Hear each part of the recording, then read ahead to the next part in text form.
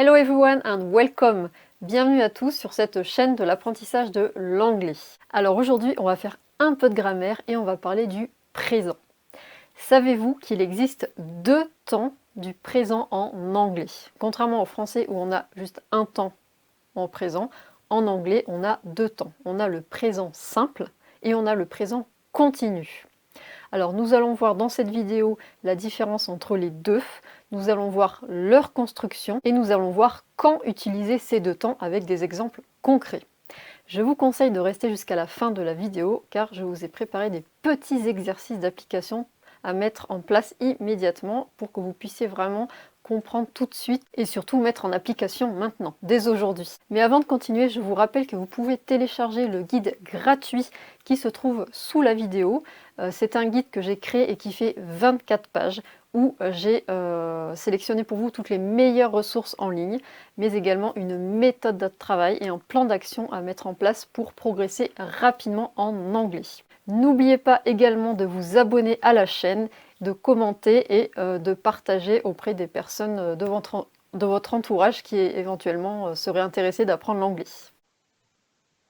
Alors, donc voyons ça directement. J'ai préparé un petit document pour vous expliquer justement simplement, le plus simplement possible, donc la différence entre le présent simple et le présent continu. Voilà, donc j'ai fait sous forme de tableau, j'ai expliqué donc dans quel cas on utilise le présent simple et dans quel cas on utilise le présent continu. J'ai mis des exemples, on parle de la construction et après je vous parle un petit peu des auxiliaires nécessaires pour poser des questions et faire des phrases négatives. Alors, donc on va commencer déjà par le présent simple. Et avant de commencer par les règles générales, j'aimerais d'abord faire un petit rappel sur le présent simple et sur les conjugaisons à connaître pour le présent simple. Donc là vous avez un petit tableau, vous pourrez mettre donc la vidéo sur pause. Donc ça c'est un tableau avec les conjugaisons des principaux verbes, enfin, c'est vraiment les verbes qu'il faut que vous connaissiez et surtout il faut connaître la conjugaison. Voilà, c'est les verbes qu'on utilise vraiment la plupart du temps. Donc vous avez le verbe to be, donc I am, you are, she, he, it, is, we are, they are. Après, vous avez le verbe avoir, to have. Donc, I have, you have, she, he, it has, we have, they have. Après, vous avez le verbe to do, donc le verbe faire. Et le verbe go, le verbe aller. Vous avez le verbe vouloir, to want. Et le verbe aimer, to like. Alors, je ne vais pas tous vous les lire. J'ai fait une vidéo sur la conjugaison des verbes au présent simple. Je vous mettrai le lien donc sous la vidéo. Donc, qu'est-ce que vous remarquez en voyant donc ce tableau des conjugaisons au présent simple? C'est que il y a seulement la troisième personne du singulier qui change. Donc, on voit que avec le verbe être, he, she, it, is. Donc, c'est is ici. Ensuite, on voit que pour le verbe avoir, c'est tout le temps have, mais à la troisième personne, ça devient has. Donc, on va pas dire she have ou he have, on va dire she has. Pour le verbe faire, c'est pareil, on a do partout, mais à la troisième personne du singulier, ça devient does. Donc on va pas dire she do, mais on va dire she does. Pour le verbe aller, c'est pareil, donc au lieu de dire go, on va dire she goes. Voilà, donc ça, il faut que vous le sachiez, il faut vraiment l'apprendre. C'est pas compliqué, il y a vraiment que la troisième personne du singulier qui change. Si vous regardez le verbe être, donc il y a la première personne I am et la troisième personne he, she, it, is. Après, c'est toujours are. You are, we are, they are. Donc, vous voyez, c'est pas trop compliqué. Et après, on voit que pour tous les autres verbes, donc là, vous voyez, c'est des verbes irréguliers. Donc, ces fameux verbes irréguliers, donc vous avez la liste. Vous avez donc les verbes à apprendre. Donc, vous avez la première colonne au présent, la deuxième colonne au passé. Là, on a des verbes irréguliers. Donc, vous voyez les verbes irréguliers, il faut juste rajouter un petit s, donc toujours à la troisième personne du singulier. Vous voyez par exemple le verbe want, I want, you want, she ou he wants. We want, they want. Donc la troisième personne, il faut rajouter un s, donc à la troisième personne du singulier. Voilà, donc vous voulez vous parler un petit peu de ces conjugaisons parce que c'est donc là, on va parler du présent simple. Et au présent simple, quand vous faites des phrases affirmatives, donc il faut connaître vos conjugaisons et connaître cette petite règle. À la troisième personne du singulier, il faut donc mettre un S à la fin du verbe. Et il faut bien connaître ces quatre-là parce qu'ils sont un petit peu différents. Ensuite, je voulais vous parler un petit peu du verbe être. Donc le verbe être, donc j'ai fait une vidéo sur le verbe être que vous pouvez regarder. Je voulais juste faire un petit rappel. Le verbe être, on a la forme pleine et on a la forme contractée, pour ceux qui s'en rappellent pas. Donc je suis, tu es, il est, I am, à la forme contractée, ça devient I'm. You are devient your.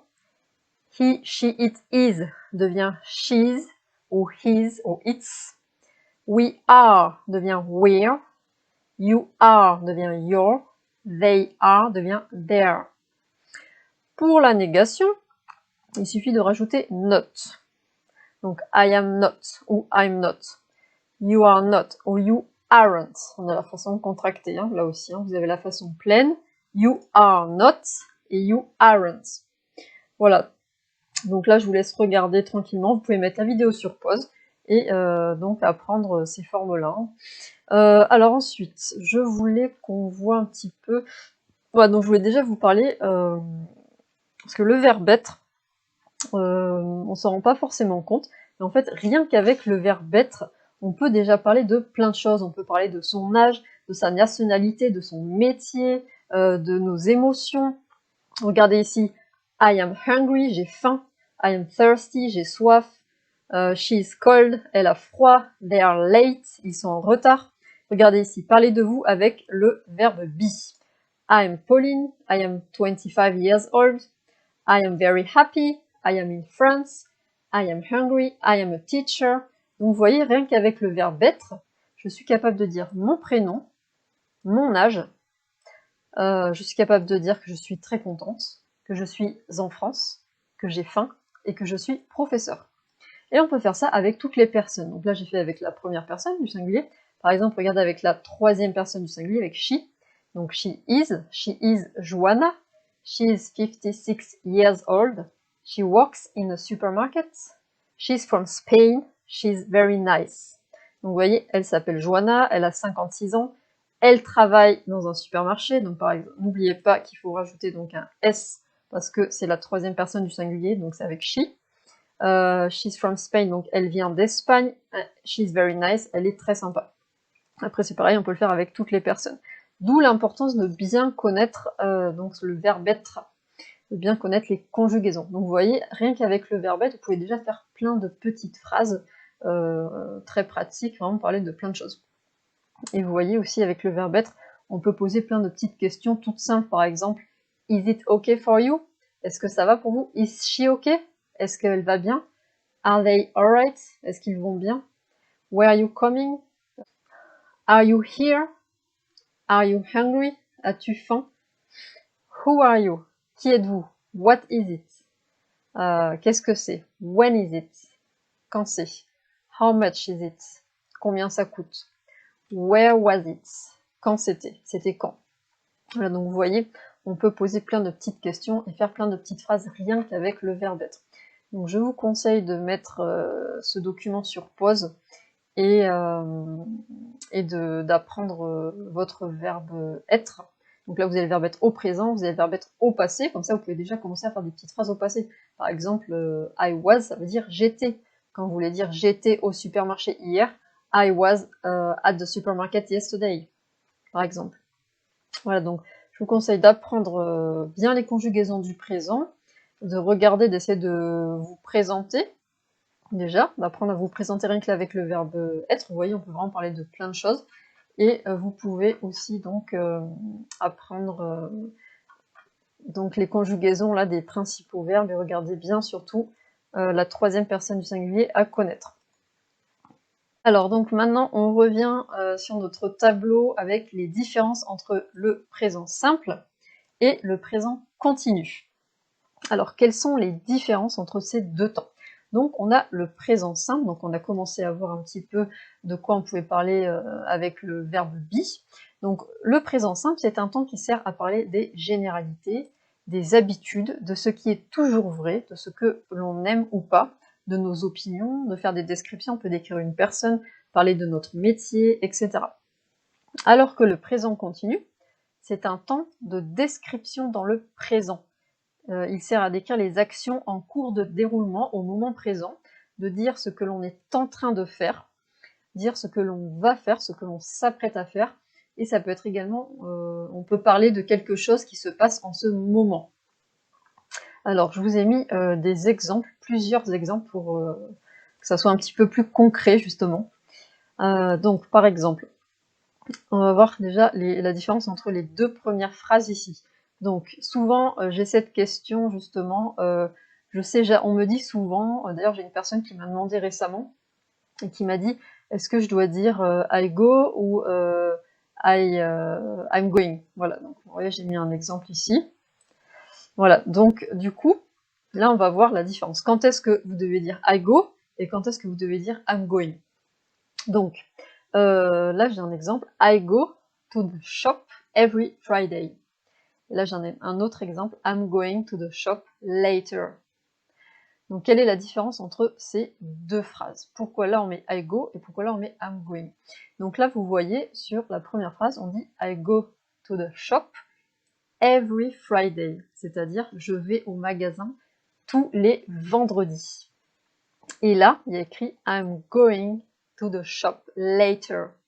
Donc je vais au magasin plus tard. Alors, on a dit que dans la description du présent, c'était donc des descriptions dans le présent, on parlait de ce que l'on était en train de faire à un moment présent, mais également quelque chose, enfin on parle d'actions que l'on s'apprête à faire, que l'on va faire. Donc là, I go to the shop every Friday, c'est une action, c'est une habitude, clairement, c'est quelque chose que l'on fait tous les vendredis. Voilà, c'est quelque chose qu'on fait tous les vendredis, je vais au magasin tous les vendredis. Donc c'est une habitude. Donc là, on va utiliser le présent simple. Alors que là, I'm going to the shop later, je vais au magasin tout à l'heure, c'est une action que l'on s'apprête à faire. Voilà. Donc c'est ça la différence entre I go et I'm going. Si vous dites I go to the shop every Friday, c'est une habitude et vous y allez tous les vendredis. Donc vous utilisez le présent simple, c'est-à-dire un sujet et un verbe avec un complément. Alors que le présent continu, on va voir la construction juste après, on va utiliser la forme be plus verbe en ing, et donc ça veut dire que je vais y aller tout à l'heure, quoi. En plus, on a des petits marqueurs de temps. Par exemple, pour le présent simple, on a des petits marqueurs de temps, comme par exemple every Friday, qui veut dire tous les vendredis. Et donc ça montre bien qu'on parle d'une habitude. Après, vous avez ce qu'on appelle aussi les adverbes de fréquence, comme par exemple always, sometimes, never, qui veulent dire toujours, quelquefois, jamais. Donc on parle de choses que l'on fait régulièrement, qu'on ne fait jamais, etc. Et ça, c'est toujours dans le présent simple, parce que ce sont des choses qu'on fait habituellement, ou qui sont toujours vraies, voilà, de généralité. Alors que le présent continu, c'est quelque chose qu'on est en train de faire, ou quelque chose que l'on s'apprête à faire. Et auquel cas, on va utiliser un auxiliaire différent. Donc là, j'ai mis un deuxième exemple avec go. She goes to school. Et ici, she's going to school. Quelle est la différence entre ces deux phrases? She goes to school, she's going to school. Donc la première, donc vous avez vu là, on a she. Donc avec she, on a vu tout à l'heure dans le tableau qu'il faut rajouter es. C'est la troisième personne du singulier, et donc on rajoute es. Donc she goes to school, j'ai mis entre parenthèses, she doesn't work yet. Donc elle ne travaille pas encore. Donc ça, c'est une généralité, c'est quelque chose, voilà, c'est pour dire, par exemple, deux personnes qui parlent de leur fille, ils disent, voilà, notre fille, elle va à l'école encore, quoi. Elle ne travaille pas encore. Donc c'est une généralité. On dit qu'elle va encore à l'école et qu'elle ne travaille pas encore. Alors que là, she's going to school, donc on a la forme be plus verbe en ing, ça veut dire elle est en train d'aller à l'école, elle est sur son chemin, là tout de suite elle est en train d'y aller. À la différence de she goes to school, c'est en général elle va à l'école, elle ne travaille pas, là c'est she's going to school now, on pourrait rajouter ici now, elle est en train d'aller à l'école maintenant. Voilà la différence entre les deux. L'un c'est le sujet et le verbe et on parle de généralité, d'habitude, etc. alors que le présent continu, c'est ce qu'on est en train de faire ou ce que l'on va faire. Là, donc, she's going to school, elle va à l'école, là, maintenant, elle est en train d'y aller. Alors, donc là, j'ai mis un autre exemple. Donc, I always have orange juice for breakfast. I always have orange juice for breakfast. Donc, je prends toujours un jus d'orange pour le petit déjeuner. Breakfast, c'est petit déjeuner. Donc, always, c'est un adverbe de fréquence qui veut dire toujours, tout le temps, quoi. Je prends tout le temps, toujours un jus d'orange pour le petit déjeuner.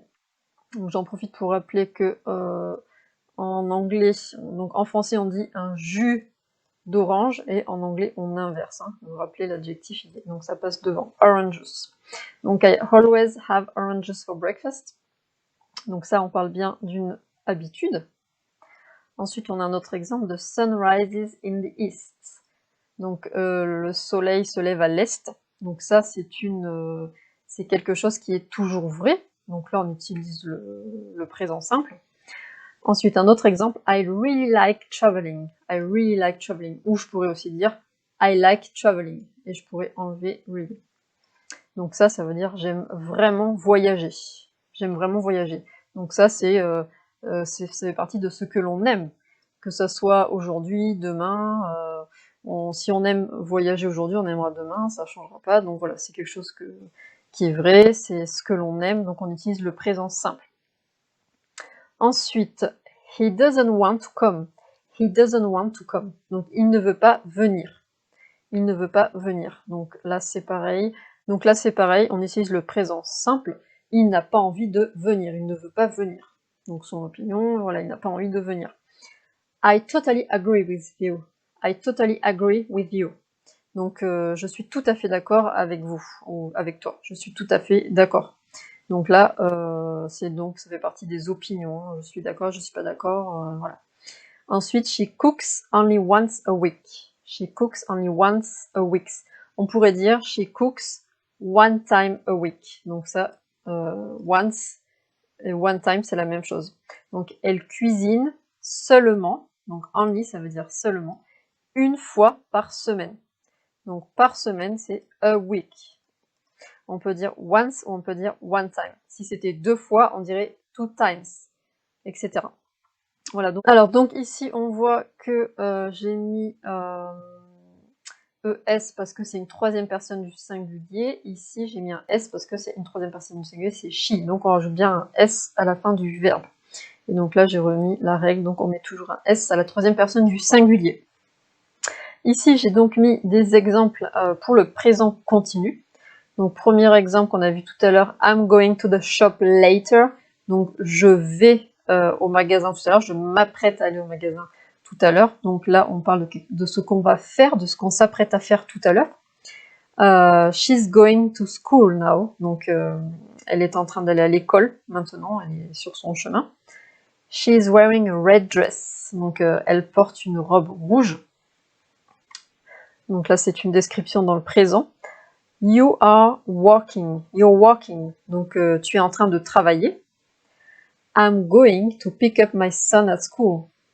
Donc là, c'est pareil, c'est ce qu'on s'apprête à faire. Je vais récupérer mon fils à l'école. I'm going to pick up my son at school. I am working on a project. I'm working on a project. Donc là, cet exemple-là, donc c'est quelqu'un qui dit donc je suis en train de travailler sur un projet. Donc là, on utilise le présent continu parce que donc le présent continu, c'est une description dans le présent, ce que l'on est en train de faire maintenant, mais ça peut être aussi quelque chose qu'on est en train de faire ces derniers temps. Par exemple, en ce moment, je suis en train de travailler sur un projet. Donc c'est pas là tout de suite, mais c'est ces derniers temps. Je suis en train de travailler sur quelque chose ces derniers temps, quoi. Ça continue encore. Donc voilà, donc ça c'est un exemple un petit peu différent. Alors, dernier exemple, I'm leaving tomorrow morning. I'm leaving tomorrow morning. J'ai mis entre parenthèses, my ticket is booked already. Donc, je pars demain matin. Donc là, c'est en quelque sorte une des 4 formes du futur en anglais. On peut utiliser donc le présent continu pour dire par exemple, je pars demain matin. Donc, quand on utilise le présent continu, ça veut dire vraiment, voilà, donc là j'ai mis my ticket is booked already, donc mon billet est prêt, enfin mon billet est acheté, tout est prêt, j'ai préparé mes affaires, etc. Voilà, c'est sûr, je pars demain, quoi. Et donc je vous ai mis ici, attention à ne pas mélanger les deux formes. Vous avez la forme be going to, qui est une autre des formes du futur, pour parler au futur. On peut dire I'm going to leave tomorrow morning. Donc quand on utilise la forme I'm going to leave, I'm going to go, etc. Là c'est plutôt quand on a l'intention de faire quelque chose. C'est plutôt dans le sens une prédiction, quand on a l'intention de, donc là, dans ce cas-là, c'est I'm going to leave tomorrow morning, voilà, c'est j'ai l'intention de partir demain matin, mais bon, j'ai pas pour autant réservé mon billet, j'ai pas pour autant préparé mes affaires, etc. J'ai l'intention de partir, mais bon, voilà, c'est pas sûr à 100% comme ici, avec le présent continu, I'm leaving tomorrow morning, c'est sûr, je pars demain matin, mon billet est réservé, etc. Tout est prêt. Donc voilà pour la petite parenthèse avec la forme be going to. On verra ça de toute façon. Ça sera l'occasion de faire une vidéo sur le futur, justement, où on parlera de tout ça. Alors pour finir, on va parler un petit peu de la construction de ces deux temps. Donc pour le présent simple, pour construire les phrases affirmatives, donc on a vu ici, c'est très simple, il suffit de mettre un sujet, un verbe et un complément. Donc par exemple, I like traveling, j'aime voyager. Avec la troisième personne du singulier, on l'a vu, il faut mettre un S. Donc, she likes chocolate. She wants to buy a bike. Donc, elle aime le chocolat, elle veut acheter un vélo. Donc, le verbe buy, c'est le verbe acheter. Voilà, donc vous voyez, il suffit de mettre un sujet, un verbe et un complément. Donc, d'où l'importance de vraiment connaître vos verbes. C'est très important de connaître vos verbes, pour pouvoir vous exprimer et faire des phrases. Alors pour la construction des phrases, que ce soit les phrases affirmatives, les questions et les phrases négatives, pour le présent continu, on a besoin de l'auxiliaire be. Voilà, donc l'auxiliaire be. Donc on a vu ici le verbe be, to be. Donc voilà, d'où l'importance de bien connaître les conjugaisons pour pouvoir faire des phrases au présent continu. Donc la construction du présent continu, c'est be plus le verbe auquel on rajoute ing. Donc par exemple, je suis en train d'apprendre l'anglais, I am learning English. Donc I am, on a bien dit, c'est la contraction de I am. Donc on peut dire I'm learning English. Donc on a bien be, notre auxiliaire be, c'est I'm. On a notre verbe learn, auquel on rajoute ing. Et donc là, ça veut dire je suis en train d'apprendre l'anglais. J'apprends l'anglais en fait. I am learning English. Là, on a un autre exemple avec la troisième personne. She is, donc ça c'est bien l'auxiliaire be, she is playing. Donc là, c'est pareil, on a bien notre auxiliaire be, on a notre verbe play, et auquel on rajoute ing. Donc elle est en train de jouer. Voilà, elle joue. Alors ensuite, pour poser des questions au présent simple et au présent continu, on a donc besoin d'un auxiliaire. Donc au présent simple, pour poser des questions, on a besoin de l'auxiliaire do ou does. On va voir tout de suite la différence. Donc on utilise l'auxiliaire does pour la troisième personne du singulier. Donc c'est toujours cette fameuse troisième personne du singulier. Donc on a dit pour les phrases affirmatives, on doit rajouter un S pour la troisième personne du singulier, donc avec he, she et it. Et donc pour poser des questions, on utilise does au lieu de do. Donc on utilise does seulement avec she, he et it. Donc par exemple, si on veut poser une question et qu'on veut dire est-ce que tu aimes le chocolat? Do you like chocolate? Par exemple, si on veut poser la question avec la troisième personne du singulier, on va dire does she like chocolate? Does she like chocolate? Est-ce qu'elle aime le chocolat? Dans ce cas-là, on utilise does. Un autre exemple, do you want to come with me? Do you want to come with me? Est-ce que tu veux venir avec moi? Donc on utilise notre auxiliaire do. Avec la troisième personne du singulier, on va utiliser does. Does she want to come with me? Does she want to come with me? Voilà, donc do et does, c'est pour poser des questions. Pour la négation, do va devenir don't et does va devenir doesn't. Par exemple, I don't want chocolates. I don't want chocolates. Ou I don't like chocolates. Je n'aime pas le chocolat. I don't like chocolates. Avec la troisième personne du singulier, par contre, ça va être she doesn't like chocolates. She doesn't like chocolates. Donc, elle n'aime pas le chocolat. Donc là, on va utiliser does au lieu de don't. Pour le présent continu, là, on va utiliser l'auxiliaire be comme on a vu juste au-dessus. Donc, pour les phrases affirmatives, on a vu donc que c'était l'auxiliaire be plus le verbe auquel on rajoute ing. Pour les questions, on va inverser le sujet. Donc, au lieu de dire you are coming, on va dire are you coming to the party tonight? Are you coming? Is she coming? Est-ce qu'elle vient? Donc là, on utilise le présent continu pour parler de quelque chose qu'on s'apprête à faire, qui va arriver ce soir. Donc on peut utiliser le présent continu. Are you coming to the party tonight? Is she coming? Est-ce qu'elle vient? Est-ce qu'elle va venir? Pour les phrases négatives, il suffit de rajouter not. Donc on a nos phrases affirmatives où on a l'auxiliaire be, le verbe en ing, mais pour la négation, il suffit de rajouter not. Donc I am not coming tonight. I am not coming tonight. She is not. Donc soit on peut dire she is not, soit on va utiliser la contraction et dire she isn't coming. Donc au lieu de dire is not, ça va devenir isn't. C'est la contraction de is not. She isn't coming. Troisième exemple, they are not going.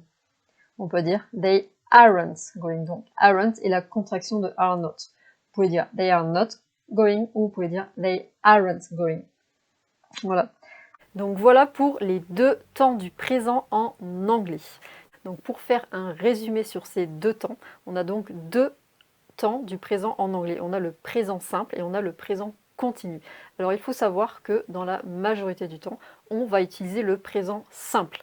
Donc si vous n'avez pas envie, si vous êtes complètement débutant et que vous n'avez pas envie de trop vous surcharger dans l'apprentissage, vous pouvez seulement vous concentrer que sur le présent simple et vous pouvez laisser le présent continu pour l'instant. Parce qu'il faut savoir que le présent simple, c'est vraiment celui qu'on va utiliser dans 80% du temps. Donc pour faire un petit rappel, le présent simple s'utilise pour tout ce qui est généralité, pour les habitudes, ce que vous faites régulièrement, sur ce que vous aimez, ce que vous n'aimez pas, vos opinions, lorsque vous êtes d'accord avec quelqu'un ou pas, sur les descriptions, si vous faites une description sur une personne, quand vous parlez de votre métier, quand vous parlez, on utilise le présent simple, vous avez vu, avec le verbe be, on a dit qu'on pouvait déjà donner notre âge, parler de notre nationalité, on pouvait parler de nos émotions, on peut dire comment on s'appelle, donc on peut déjà faire plein de choses. Donc on a vu qu'au présent simple, il y a deux règles à connaître. Il ne faut pas oublier qu'il faut mettre un S à la troisième personne du singulier. Donc il faut toujours ajouter un S à la fin du verbe avec he, she et it. On a vu aussi que pour poser des questions avec le présent simple, on a besoin d'un auxiliaire, l'auxiliaire do, qui devient does avec he, she et it. À la négation, do devient don't et does devient doesn't. On a également parlé du présent continu, donc qui est un temps de description dans le présent. Ce sont donc des actions en cours de déroulement, des choses que nous sommes en train de faire, ou des choses que l'on va faire et que l'on s'apprête à faire. Donc on a vu que pour la construction du présent continu, on a besoin là de l'auxiliaire be. Donc il faut bien connaître vos conjugaisons, c'est très important.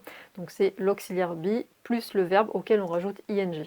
Et dans ce cas-là, ça veut dire qu'on fait une description dans le présent ou qu'on est en train de faire quelque chose. On utilise donc très souvent, cette forme-là pour parler de ce que l'on va faire, de ce que l'on s'apprête à faire. Je vous invite vivement à retourner sur le document que je vous ai partagé sur mon ordinateur avec le tableau des conjugaisons des principaux temps au présent simple et particulièrement du verbe être, le verbe to be. Parce que ce sont vraiment les verbes que l'on utilise dans la plupart du temps. Et il faut vraiment que vous les connaissiez pour pouvoir bien les utiliser. Et surtout, c'est très important de connaître le plus de verbes possible. Parce qu'une fois que vous connaissez vos verbes, vous pouvez vraiment faire plein de phrases. Vous avez vu le présent simple, donc le temps qu'on utilise dans la plupart du temps. Il vous suffit de mettre un sujet, un verbe et un complément et vous avez une phrase. Donc c'est quand même super facile. Je parle l'anglais. I speak English. Elle parle l'anglais, attention, elle c'est une troisième personne du singulier, she speaks English, donc là on va rajouter un S. Voilà, c'est la seule règle à connaître. Alors c'est bien beau la grammaire, mais maintenant il faut passer à l'action. Donc maintenant on a vu les règles pour pouvoir construire le présent simple et le présent continu, on a vu la différence entre les deux. Donc maintenant le but c'est que vous puissiez parler, parce que quand on apprend une langue, il faut le rappeler, c'est pour le parler. Il ne faut pas s'arrêter à ces règles de grammaire. Avoir compris les règles, savoir comprendre la différence entre ces deux temps, c'est très bien. Alors maintenant, je vous propose de faire quelques petits exercices pour mettre justement tout cela en application. Et le but, c'est d'essayer de faire des exercices avec des phrases qui vous correspondent, des choses que vous pourriez dire tous les jours, qui vous correspondent à vous. Mais il ne faut pas oublier que votre but, c'est de parler l'anglais. Donc maintenant, on va mettre ça en application. Alors c'est parti pour les exercices. On va d'abord faire un exercice avec le verbe to be, donc le verbe être qu'on a vu tout à l'heure justement dans le cours. Alors on va faire donc 3 exercices. Donc le premier exercice, je vais vous donner des phrases donc en français à traduire en anglais. Donc le premier exercice va être sur le verbe être, sur le verbe to be. Donc première phrase à traduire, savoir dire. Mon prénom est, donc je m'appelle Pauline, je m'appelle Robert. Deuxième phrase, savoir donner son âge en anglais. Dire j'ai 20 ans, j'ai 50 ans. Deuxième phrase, savoir parler de sa nationalité, donc dire je viens de France, je viens d'Allemagne, je viens du Canada. Savoir dire, donner votre métier. Donc par exemple, je suis professeur, donc I am a teacher, I am engineer. Savoir parler de ses émotions, I am happy. Alors pour le deuxième exercice, je vais vous donner 4 phrases à traduire en anglais. Donc là, on est sur le présent simple. Donc 4 phrases à traduire au présent simple. Donc la première, je vais à la gym tous les samedis à 8 heures. Deuxième phrase, j'aime vraiment faire de la marche. Troisième phrase, je pars en vacances tous les étés. Quatrième phrase, il ne veut pas apprendre l'espagnol. Enfin, dernier exercice, là encore, 4 petites phrases à traduire, mais cette fois au présent continu. Alors, première phrase, je suis en train d'apprendre l'anglais en ce moment. Deuxième phrase, ils sont en train de jouer dehors. Troisième phrase, je vais rendre visite à ma famille ce week-end. Quatrième phrase, elle part. Le taxi est en train de l'attendre. Donc voilà pour les 3 petits exercices à réaliser. Vous trouverez les corrigés sous la vidéo. Comme dernier exercice, je vous propose à tous de faire quelques petites phrases et de les mettre dans les commentaires en parlant de vous. Par exemple, vous pourriez utiliser donc le présent simple pour parler de quelque chose que vous faites toutes les semaines. Par exemple, dans mon cas, je vais à la danse tous les mardis, donc je pourrais dire I go to the dance every Tuesday, par exemple. Voilà, essayez de faire des phrases au présent simple, de parler de vos habitudes, des choses que vous aimez, que vous n'aimez pas, de vos opinions, etc. Et vous pouvez faire des phrases au présent continu avec ce que vous êtes en train de faire. Par exemple, là tout de suite, je pourrais dire I am teaching English. Donc je suis en train d'enseigner l'anglais. Voilà, essayez de faire des phrases concrètes. Je vous propose justement pour que ce soit plus facile pour vous pour retenir, de faire ce genre de petites phrases un petit peu chaque semaine, de vous entraîner à faire des phrases justement au présent simple, parler de vos habitudes, de ce que vous faites, etc. Et de faire des petites phrases au présent continu en même temps, comme ça vous apprenez, vous enregistrez. Rappelez-vous que ce qui fait qu'on apprend, c'est la répétition, c'est le fait de le faire régulièrement. Si vous le faites là tout de suite, vous regardez la vidéo, juste après vous faites les exercices et après vous rangez votre cahier dans un coin et vous ne l'ouvrez pas pendant 2 semaines ou 1 mois, c'est pas la meilleure façon d'apprendre. Vraiment, la bonne façon pour apprendre, c'est vraiment de faire régulièrement. Et surtout, de faire vos phrases dans la vie de tous les jours, avec vos mots à vous, de ce que vous faites vraiment dans la vie. Vous pouvez utiliser ces temps avec ce que vous faites vous. tous les jours. Voilà, comme ça au moins ça sera concret pour vous, ça sera plus facile à retenir. N'oubliez pas de vous abonner à la chaîne et de télécharger votre guide gratuit qui se trouve sous la vidéo. J'espère que cette vidéo vous a bien expliqué la différence et que vous avez bien compris la différence entre les deux présents, que vous allez faire les exercices que je vous ai demandé et surtout le faire régulièrement. C'est ça qui va faire que vous allez progresser plus rapidement. Je vous dis à bientôt. Take care. Bye bye guys.